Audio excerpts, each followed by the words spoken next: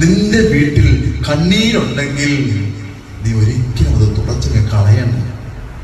ഹൃദയവേദന ഉണ്ടെങ്കിൽ നീ അതിനെ ഓർത്ത് ഒട്ടും വിഷാദം പോകണ്ട, നീ നിരാശപ്പെടണം.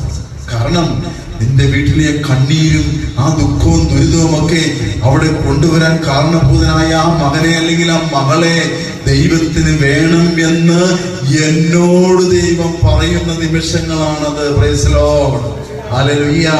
നിന്റെ വീട്ടിൽ കണ്ണീരുണ്ടെങ്കിൽ, ദുഃഖമുണ്ടെങ്കിൽ, ദുരിതമുണ്ടെങ്കിൽ, ഒരു ആശ ഉണ്ടായിട്ട് നടക്കാത്ത വിധത്തിൽ, ആ നിയോഗം നടക്കാത്ത വിധത്തിൽ ഇങ്ങനെ നീണ്ടു പോകുന്നു കരുതിയാൽ നീ കരുതുക, ദൈവം നിന്നെ കരുതുന്നവനാണെന്ന് നിന്നെ കൊണ്ട് ചിന്തിപ്പിക്കാൻ ഇതേ ഉള്ളു മാർഗം. Price the Lord, hallelujah, hallelujah.